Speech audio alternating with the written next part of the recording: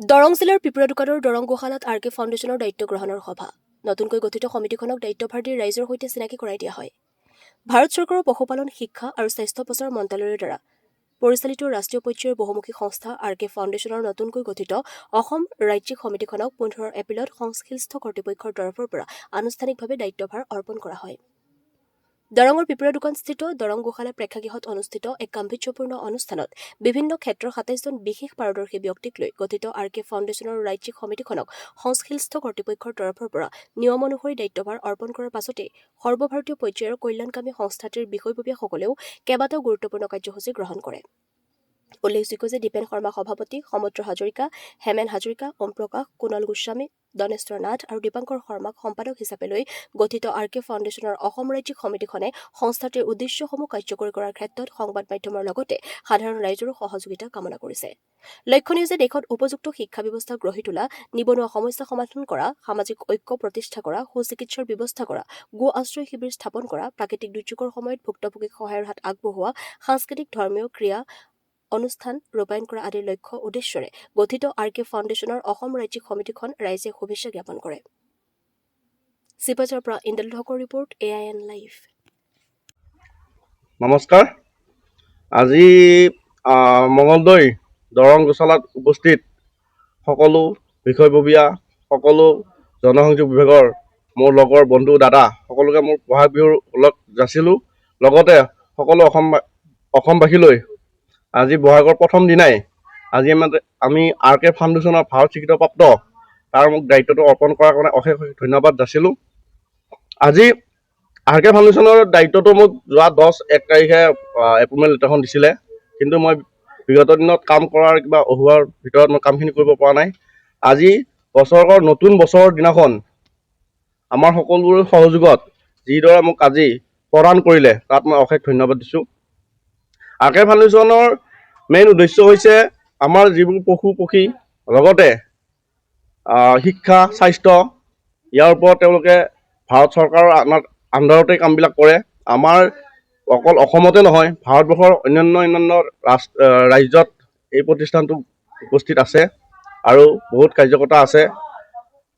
আৰু সকলো কাৰ্যকৰ্তাৰ যিবিলাকৰ লগত মোক যোগাযোগ হৈছে, তেওঁলোকৰ কাৰ্যকৰ্তাৰ বা কাম কৰা যেনেধৰণে কৰিছে মই নথৈ আনন্দিত হৈছোঁ। ইয়াত কোনো বেলেগ ধৰণৰ কোনো আহ্বান নাই, কিন্তু আমাৰ অসম চৰকাৰেও আমাক সহযোগ কৰিব লাগিব, লগতে প্ৰশাসনেও আমাক সহযোগ কৰিব লাগিব। প্ৰশাসন আৰু অসম চৰকাৰক হৈ আমি একেলগে কাম কৰিম বুলি আস্থাবাদী। কেইজনীয়া বিষয়ববী আপোনালোকৰ এই সঞ্চাত আজি আমি পূৰ্ণাংগভাৱে কমিটিখনত 27 জন হৈছে, তাৰে সাধাৰণ সম্পাদক হৈছে 7 জন আৰু উপ সভাপতি হৈছে 2 জন, মেম্বাৰ আছে মানে সদস্য আছে আপোনাৰ 9 জন, জইণ্ট ছেক্ৰেটাৰী আছে আমাৰ 5 জন। আপোনাৰ অফিচ ক'ত পাতিছে? হয়, অফিচ এতিয়ালৈ লোৱা নাই, কিন্তু অফিচটো উদ্বোধন কৰিম জালুকবাৰীৰ আশে পাশে এটা জেগাত উদ্বোধন কৰিম। আৰু তাত অলৰেডি আমাৰ অসম চৰকাৰৰ লগত ভাৰত চৰকাৰৰ যি বিষয়ববীয়া আছে তেওঁলোকে যোগাযোগ কৰিছে আৰু অসম চৰকাৰে সহযোগ কৰিব বুলি আশাবাদী। পোনপ্ৰথমে মই সকলো সাংবাদিক বন্ধুকে ইয়ালৈ অহাৰ কাৰণে অশেষ ধন্যবাদ জ্ঞাপন কৰিছোঁ আৰু নৱবৰ্ষৰ হিয়া ভৰা শুভেচ্ছা জনাইছোঁ।